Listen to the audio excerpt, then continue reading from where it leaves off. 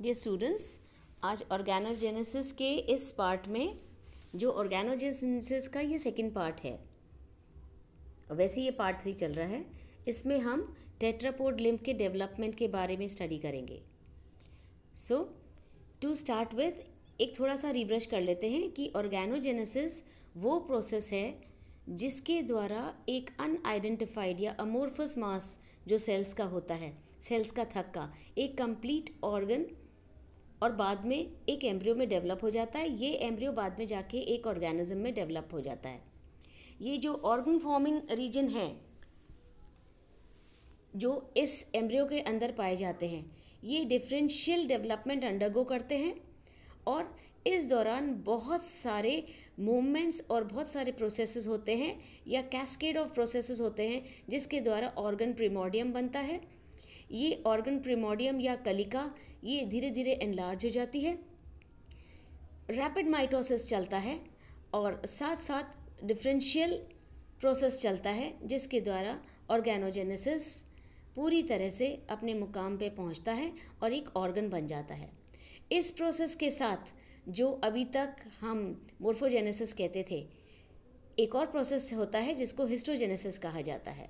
So morphogenesis is the structural पैटर्नाइजेशन और histogenesis is the tissue formation. दोनों processes बिल्कुल साथ टू साथ चलते हैं और एक स्ट्रक्चरली और फंक्शनली कंप्लीट ऑर्गन बन जाता है।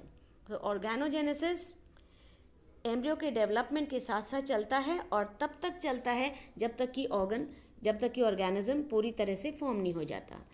आज हम इस चैप्टर के अंदर टेट्रापोड लिम्फ का डेवलपमेंट कर रहे हैं, स्पेशली एम्फीबियन लिम्फ का डेवलपमेंट कर रहे हैं। ये स्ट्रक्चर आप देखिए एम्फीबियन लिम्फ का है, एक मेंढक का फोर लिम्फ या हाइंड लिम्फ जैसा भी आप कहेंगे। आगे जाके हम इस तरह के लिम्फ को कैसे स्टडी करेंगे, इसका बनना। नाउ जब भी कोई लिम्फ का निर्माण होना होता है तब टेट्रापोड्स के अंदर ये प्रोसेस लगभग सभी एनिमल्स में एक सा होता है, जिसमें लेटरल प्लेट मेसोडर्म, एपिडर्मिस और mesodermal somites main role play करती हैं। ये लेटरल प्लेट मेसोडर्म की सोमैटिक लेयर कुछ जगह पे थिकन हो जाती है या मोटी हो जाती है और ये ऐसा इसलिए होता है कि वहाँ पे मेसेनकाइमल सेल्स बहुत सारी इकट्ठी हो जाती हैं। इकट्ठी होने के बाद जब ये एरिया थिकन हो जाता है तो वो बिल्कुल अपने नॉर्मल एरिया से हट करके अलग मेसेनकाइमल रीजन बना लेता है। ये अलग हटने का प्रोसेस सेल माइग्रेशन की वजह से होता है। ये प्रोसेस एक्चुअली केवल उस जगह होता है एम्फीबियंस में या किसी भी टेट्रापोड में जहाँ पे लिम्फ का डेवलपमेंट होना होता है। So the thickening takes place only at those places where the limb is suppose to formed. दो तरह की लिम्ब्स होती हैं, आगे की प्रॉक्सिमल लिम्ब्स और पीछे की डिस्टल लिम्ब्स। एनिमल्स या टेट्रापोड्स के अंदर 4 जगह लोकल थिकनिंग हो जाती है। ये मेसेनकाइमल रीजन्स धीरे धीरे अलग हो जाते हैं सेल माइग्रेशन की वजह से। नाउ कुछ वर्टिब्रेट्स के अंदर एक और प्रकार की थिकनिंग पाई जाती है जिनको वुल्फियन रिजेस कहते हैं। ये वुल्फियन रिजेस एक्चुअली कुछ टेट्रापोड्स में पूरी लेंथ में छोटे छोटे उभारों के रूप में पाई जाती हैं और ये रीजन्स केवल वहाँ जहाँ पे लिम्फ को डेवलप होना होता है वहाँ पे ये थिकनिंग कंटिन्यूड रहती है। बाकी सारे उभार धीरे धीरे घट जाते हैं। तो जो घट जाते हैं उनको हम वुल्फियन रीजन्स का नाम लेते हैं। बाकी ये सारे लिम्फ डेवलपमेंट में केवल 4 रीजन्स रह जाते हैं। लेटरल प्लेट मेसोडर्म से डेवलप मेसेनकाइम के ऊपर जो एपिडर्मिस होती है वो मोटी हो जाती है और बाहर की ओर निकल जाती है। सो इस तरह से वुल्फियन रीजन्स बनते हैं और धीरे धीरे ये लिम्फ बड रीजन से सेपरेट हो जाते हैं। केवल वो रीजन जहाँ पे लिम्फ बड फॉर्मेशन होती है वहाँ डेवलपमेंट चलता रहता है, बाकी का डेवलपमेंट सबसाइड हो जाती है। जैसे जैसे ये जर्म बॉल्स या सेल्स अपना ये सारा मूवमेंट करती हैं, वो अपना नॉर्मल शेप तो रिटेन करती हैं, लेकिन फिर भी लेटरल मीडियल तरफ, फॉरवर्ड बैकवर्ड तरफ और डॉर्सोवेंट्रल तरफ इनका मूवमेंट कोई डिफरेंट तरह का हो जाता है, क्योंकि इस प्रोसेस के साथ साथ बॉडी अपना एक्सियल स्केलेटन या बॉडी के एक्सेस भी बनते चले जाते हैं। बॉडी को एक स्पेशल वे में डेवलप होना होता है, इसीलिए 3 तरह की एक्सेस फॉर्मेशन भी साथ ही साथ चलती रहती हैं। और ये तीनों एक्सेस डॉर्जोवेंट्रल होती है, पोस्टीरियर एंटीरियर होती हैं एंड फॉरवर्ड बैकवर्ड होती है। सारा डेवलपमेंट इन एक्सेस के ही आसपास होता है। So we were talking about the development of a limb development के प्रोसेस की बात करते हैं तो इस प्रोसेस में लगभग 5 तरह की प्रक्रिया होती है। पहली लिम्ब बड फॉर्मेशन जो अभी चली रहा है, दूसरा प्रॉक्सिमल डिस्टल एक्सेस बनना, लिम्ब का प्रॉक्सिमल डिस्टल एक्सेस, फिर लिम्ब का एंटीरियर पोस्टीरियर स्पेसिफिकेशन, फिर लिम्ब का डॉर्सल वेंट्रल एक्सेस बनना, और लास्ट में सेल डेथ या नेक्रोसिस जिसको कहते हैं, जिसके द्वारा डिजिट्स जो उंगलियों के रूप में होते हैं, डिजिट्स और जॉइंट्स बनते हैं। The main process of limb development now starts. Limb development का जो बेसिक प्रोसेस है वो एक्टोडर्म मीजोडर्म के इंटरैक्शन की वजह से है, और ये प्रोसेस एक्चुअली मोर्फोजेनेसिस के अंडर में आता है। ये एक्टोडर्म मीजोडर्म का जो इंटरैक्शन है ये बहुत ज़्यादा इम्पॉर्टेंट है, और इस इंटरैक्शन की वजह से ही एपिकल एक्टोडर्मल रिज या AER नाम का रीजन बनता है। ये AER जैसे ही बनता है ये एक मेजर सिग्नल होता है लिम्ब बनाने के लिए। ये AER इंश्योर करता है कि मेसेनकाइमल सेल्स इस लिम्ब फॉर्मेशन में पार्टिसिपेट करें। ये AER ही होता है जो मेंटेन करता है कि एंटीरियर पोस्टीरियर एक्सेस कैसे बनेगी या डॉर्सल वेंट्रल एक्सेस कैसे बनेगी। सारे स्पेसिफिकेशन AER द्वारा दिए जाते हैं, और ये AER डिस्टल मार्जिन पे लिम्ब बड बनाता है, और AER ही वो जोन है जो मेसेनकाइम के जस्ट पास में पाया जाता है। So we were talking about mesodermal ectodermal interaction and the role of mesoderm. Mesoderm का रोल हम स्टार्ट करते हैं। मेसोडर्म का रोल बहुत ज़्यादा इम्पॉर्टेंट है, क्योंकि ये तो श्योर है कि AER बहुत ज़्यादा इम्पॉर्टेंट है लिम्ब फॉर्मेशन में। इस AER को प्रेरित करने के लिए, इसको रख रखाव और इसके संगठन के लिए भी, मतलब to cause induction, to cause maintenance and organisation में भी मेसोडर्म की ही मेन रेगुलेटरी रोल होता है। Mesoderm acts as a regulator. For example, एक एक्सपेरिमेंट में प्रयोग किया गया कि ये लिम्ब मेसोडर्म के अलावा किसी और जगह का मेसोडर्म जब लिम्ब एक्टोडर्म के पास में ट्रांसप्लांट कर दिया गया तो AER नहीं बन पाई। एक नॉर्मल लिम्ब एक्टोडर्म जब नॉर्मल मेसोडर्म के साथ, मतलब एक नॉर्मल लिम्ब की जब एक्टोडर्म और मेसोडर्म के बीच में माइका डाल के इन दोनों का कांटेक्ट ब्रेक कर दिया गया तो देखा गया कि AER बहुत कम बनी। दिस मीन्स एक ही लिम्ब की जो एक्टोडर्म और मेसोडर्म होती है, इनमें ज़रूर कोई फैक्टर ऐसा होता होगा जो आपस के इंटरेक्शन की वजह से एक नॉर्मल लिम्ब को बनाता है, और जब इसका कोई भी फैक्टर, चाहे मेसोडर्म चाहे इनके बीच के कांटेक्ट को थोड़ा कम कर दिया जाए या हटा दिया जाए तो लिम्ब फॉर्मेशन में दिक्कत आ जाती है। एक और प्रयोग में इस कांटेक्ट को एबनॉर्मली बहुत ज़्यादा स्ट्रॉन्ग कर दिया गया, कुछ इतना स्ट्रॉन्ग कि अंदर का पार्ट बाहर और बाहर का पार्ट अंदर की तरफ ओरिएंट कर गया। इस प्रभाव के कारण बेसल सेल्स एपिडर्मल सेल्स में बदल गई और एपिडर्मल सेल्स बेसल सेल्स में बदल गई। सो इस प्रकार एक अनऑर्गेनाइज्ड या सेग्रीगेटेड स्ट्रक्चर प्राप्त हुआ। मेसोडर्म इस तरह से हम बता सकते हैं कि एक रेगुलेटर का रोल प्ले करती है। मेसोडर्म की बहुत ज़्यादा इंपॉर्टेंस है लिम्ब फॉर्मेशन में, क्योंकि मेसोडर्म ही वो फैक्टर है जो लिम्ब के निर्माण को बनाने में संभव कराती है। ये किस प्रकार का लिम्ब बनना है, आगे का या पीछे का, ये भी डिसाइड करती है। ये लिम्ब के स्पेसिफिक रीजन्स बनाना भी डिसाइड करती है। ये AER को बनाने में और इसको प्रेरित करके ऑर्गेनाइज करने में मदद करती है, और साथ ही साथ ये स्ट्रक्चरल डेवलपमेंट और स्केलेटल डेवलपमेंट और डिफ्रेंसिएशन को भी प्रेरित करती है। So that means mesoderm is very important, और लिम्फ का फॉर्मेशन मोर्फोजेनेटिक लिम्फ फील्ड से स्टार्ट होता है, और ये लिम्फ फॉर्मेशन रिजल्ट करता है एक रेसिप्रोकल टिश्यू रिएक्शन जो मीजेनकाइमल सेल्स और लिटिल प्लेट मीजोडर्म के साथ होता है, और ये अपने ऊपर पड़ी हुई एपिथेलियल या एक्टोडर्मल सेल्स के साथ आपस में रिएक्ट करती हैं। लिटिल प्लेट मीजोडर्म की सेल्स और मायोटोम्स माइग्रेट करती है लिम्फ फील्ड की जगह, मतलब जहाँ लिम्फ बनना है, और वहाँ पे वो प्रोलिफरेट करती हैं, मतलब डिवाइड करती हैं, जिससे कि वो एक्टोडर्म जो ऊपर की तरफ है वो बल्ज करके एक छोटी सी लिम्फ या बड बनाए। लिटिल प्लेट सेल्स कार्टिलेज का स्केलेटन प्रोड्यूस करती है लेटर ऑन, और ये बाद में बोनी स्केलेटन में बदल जाता है। साथ ही साथ myotome cells muscle component produce करती हैं। तो इस प्रकार लिम्फ के अंदर वो सारी चीज़ें आ जाती हैं जो एक जीवित ऑर्गेनिज्म के लिए ज़रूरी होती हैं।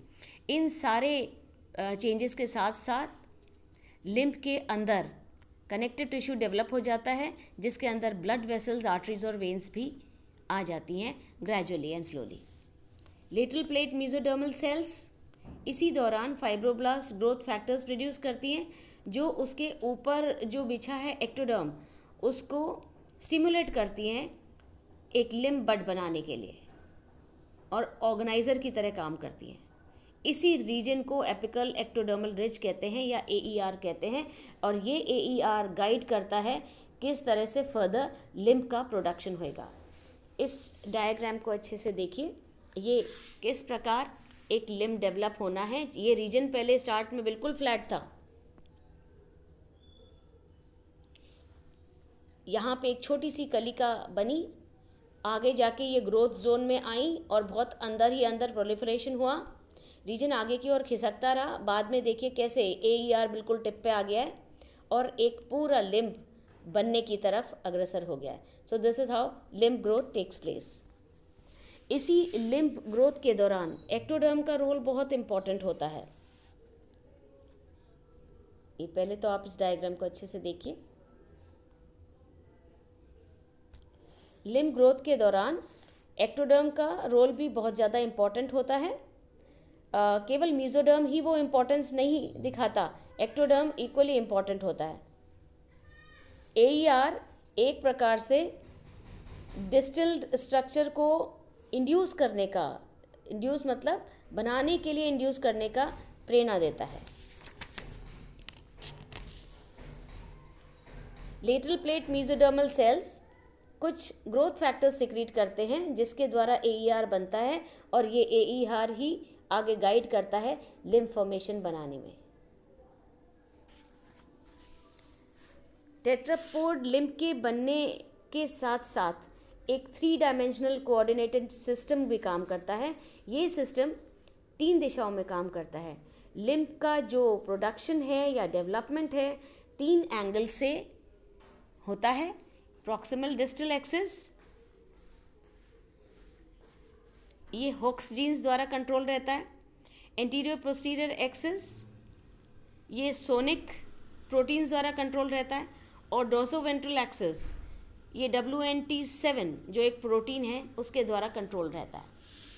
दैट मीन्स AER बनने के साथ साथ लिम्फ के अलग अलग रीजन्स के लिए अलग अलग तरह के जीन्स और अलग अलग तरह के प्रोटीन्स जिम्मेदार होते हैं। जो भी प्रोटीन्स एक्टिव होता है या स्टिमुलेट किया जाता है उसी प्रकार वो पर्टिकुलर हिस्सा बनाता है।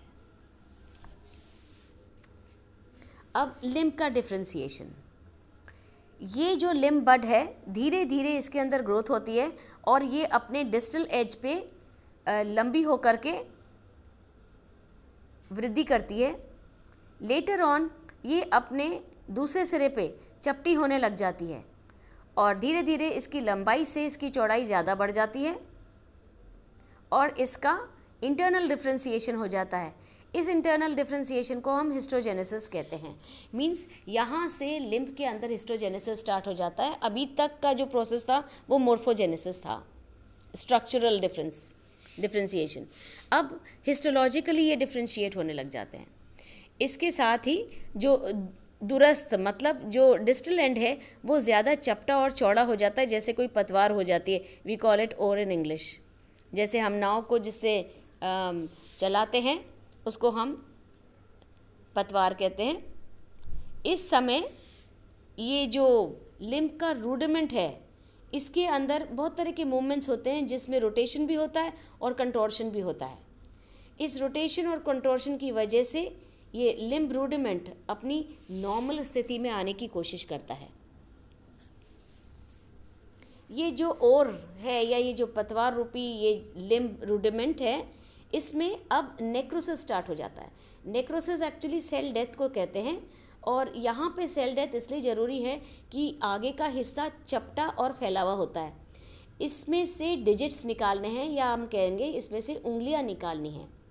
तो उंगलियां निकालने के लिए बहुत ज़रूरी है कि उस चपटे से हिस्से में बीच बीच में खांचे डेवलप हो जाएं। ये खांचे तभी डेवलप होंगी जब उस पर्टिकुलर एरिया की सेल्स डेथ अंडरगो कर जाएंगी, या आप कह देंगे फिजियोलॉजिकल डेथ अंडरगो करेंगी। ये कोई बीमारी नहीं होके ये एक आवश्यकता है, क्योंकि ये संदेश भी उस दौरान वहाँ के जीन्स देती हैं कि किस प्रकार कौन सी सेल्स नेक्रोसिस या सेल डेथ अंडरगो करेंगी, जिसके द्वारा इस प्रकार के ग्रूव्स बन जाएंगे। ये ग्रूव्स बहुत ज़्यादा ज़रूरी हैं जहाँ से डिजिट्स बाहर निकल पाएँ। जहाँ जहाँ ग्रूव बनते चले जाएंगे वहाँ सेल डेथ होती जाएगी, और ये जो मरी हुई सेल्स हैं इनको फैगोसाइटोसिस के द्वारा मैक्रोफेजेस खा लेंगी या इनको एनगल्फ कर लेंगी। लिम्ब अब 3 रीजन्स में ऑर्गेनाइज हो जाएगा। इन 3 रीजन्स को हम प्रॉक्सिमल से डिस्टल की तरफ बोलते हैं स्टाइलोपोड, ज़ूगोपोड एंड ऑटोपोड। ज़ूगोपोड और ऑटोपोड, इसमें क्वासी पीरियोडिक पैटर्न्स होते हैं। ये अलग अलग तरह के रीजन्स बनाते हैं। फॉर एग्जाम्पल स्टाइलोपोड, वापस रिपीट करते हैं, stylopod, zeugopod and autopod. We start with stylopod. ये लिम्ब के बिल्कुल पास वाली हड्डी होती है। नोट किया जाए कि इस दौरान कॉन्ड्रिफिकेशन ऑलरेडी हो रहा है। कॉन्ड्रिफिकेशन मतलब कार्टिलेज का बनना। ये पूरा जितना भी AER होता है, इसी के अंदर डिफरेंट जीन्स अलग अलग टाइम पे अलग अलग मैसेज या सिग्नल देती हैं, जिससे कॉन्ड्रिफिकेशन का प्रोसेस स्टार्ट हो जाता है। Chondrification means the formation of cartilage. धीरे धीरे ये कार्टिलेज सॉलिडिफाई हो जाता है एंड इट अंडरगोज ऑसिफिकेशन, और ये बोन्स में बदल जाता है। So we were talking about stylopodium. सबसे पहले जैसे जैसे कॉन्ड्रिफिकेशन और ऑसिफिकेशन का प्रोसेस चलता है, इस लिम्ब की जो सबसे पास वाली हड्डी होती है इसको स्टाइलोपोडियम कहते हैं। इसमें से ह्यूमरस, अगर हम फोरलिम्ब की बात कर रहे हैं तो वो एंटीरियरली ह्यूमरस बनाती है फोरलिम्ब्स में, और पोस्टीरियरली अगर हम लेग्स की बात कर रहे हैं तो वो बनाती है फीमर। और ये फीमर और ह्यूमरस दोनों बहुत स्ट्रॉन्ग बोन्स होती हैं। दूसरा है ज़ूगोपोडियम। ज़ूगोपोडियम में अगेन एंटीरियर लिम्ब है तो रेडियो अल्ना का फॉर्मेशन होएगा, और पोस्टीरियर लिम्ब है तो टिबियोफ्यूबुला का फॉर्मेशन होएगा। एंड लास्ट पार्ट जिसको ऑटोपोडियम कहते हैं, इस ऑटोपोडियम की वजह से अगर फोरलिम्ब हैं तो हाथ का जो पाम पोर्शन है जहाँ उंगलियां हैं वो डेवलप होंगे, जिसको हम कार्पल्स एंड मेटाकार्पल्स कहते हैं। और अगर पैर बनना है या फोरलिम्ब्स बनने हैं तब ये टार्सल्स और मेटाटार्सल और फैलेंजेस बनेंगे। सो इस प्रकार स्टाइलोपोडियम, ज़ूगोपोडियम और ऑटोपोडियम अलग अलग मायोसाइट्स के इकट्ठे होने की वजह से अपना शेप ले लेंगे, और कॉन्ड्रिफिकेशन और ऑसिफिकेशन की वजह से अपने पूरे स्ट्रक्चर को प्राप्त हो जाएंगे। लिम्ब का जो बेसिक प्लान है वो इसलिए डेवलप होता है क्योंकि लोकल एलिमेंट्स एक दूसरे के साथ डिफ़र करते हैं, इनको अलग अलग संदेश मिलते हैं या सिग्नल मिलते हैं जो जीन के इफेक्टिव होने की वजह से मिलते हैं। Different genes and different signals are passed और given from time to time, जिसकी वजह से धीरे धीरे नेक्रोसिस की प्रक्रिया होती है and digits are formed.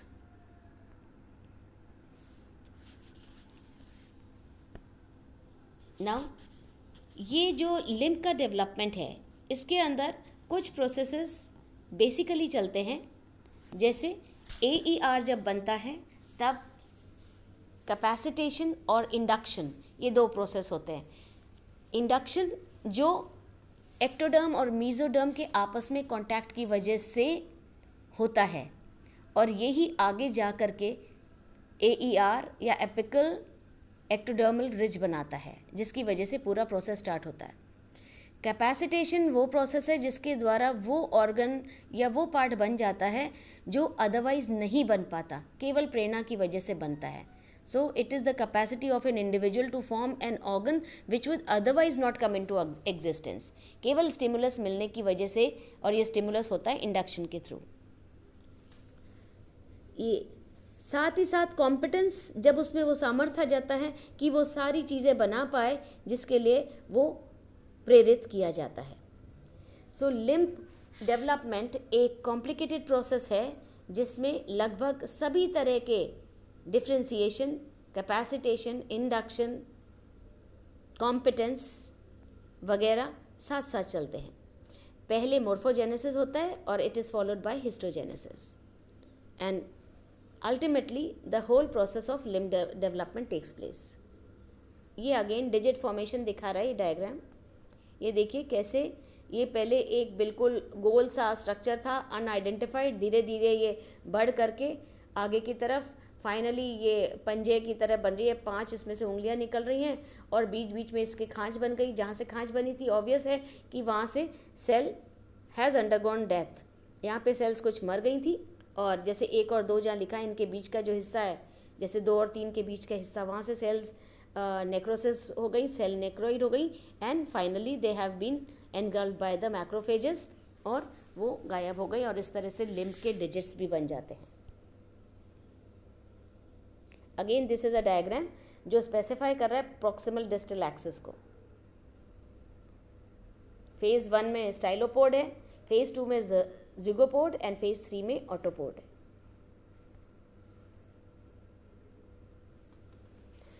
So we have already studied that limb development एक ऐसा प्रोसेस है जहाँ से बॉडी की पर्टिकुलर एक्सेस जो ऑलरेडी निर्धारित रहती है बनती हैं।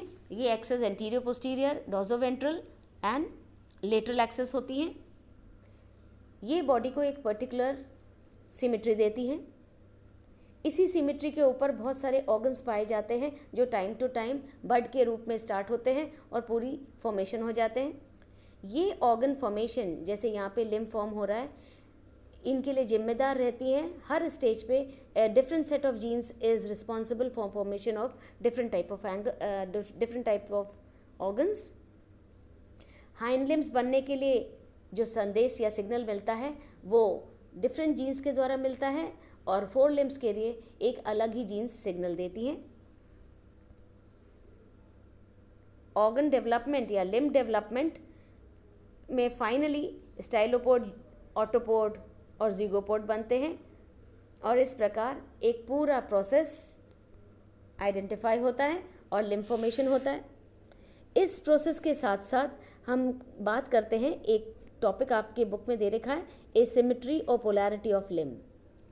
एसिमेट्री या पोलैरिटी ऑफ लिम्ब, ये टॉपिक ये कहता है कि बॉडी के अंदर 3 एक्सिस पाई जाती हैं। पहली एक्सिस एंटीरियर पोस्टीरियर, दूसरी एक्सिस डोर्सोवेंट्रल, और तीसरी एक्सिस प्रॉक्सिमो डिस्टल एक्सिस। अब अगर चिक डेवलपमेंट की बात हो रही है तो अलग अलग जैसे जैसे चिक का डेवलपमेंट होता है ये एक्सिस स्टैब्लिश हो जाती हैं। सबसे पहले जो एक्सिस बनती है वो एंटीरियर पोस्टीरियर एक्सिस होती है। इस एक्सिस को क्रेनियोकॉर्डल एक्सिस भी कहते हैं, क्योंकि यहाँ पे एक क्रेनियल मतलब हेड रीजन बनता है और एक टेल रीजन बनता है। ये एक्सेस पहले से ही डेवलपमेंट के द्वारा डिफाइंड रहती है, क्योंकि एक सेट ऑफ जीन्स जिम्मेदार होता है। मुर्गी के डेवलपमेंट के दौरान ये लगभग 5 सोमाइट स्टेज पे पाई जाती है। इसी प्रकार दूसरी एक्सिस डोर्सोवेंट्रल एक्सिस होती है।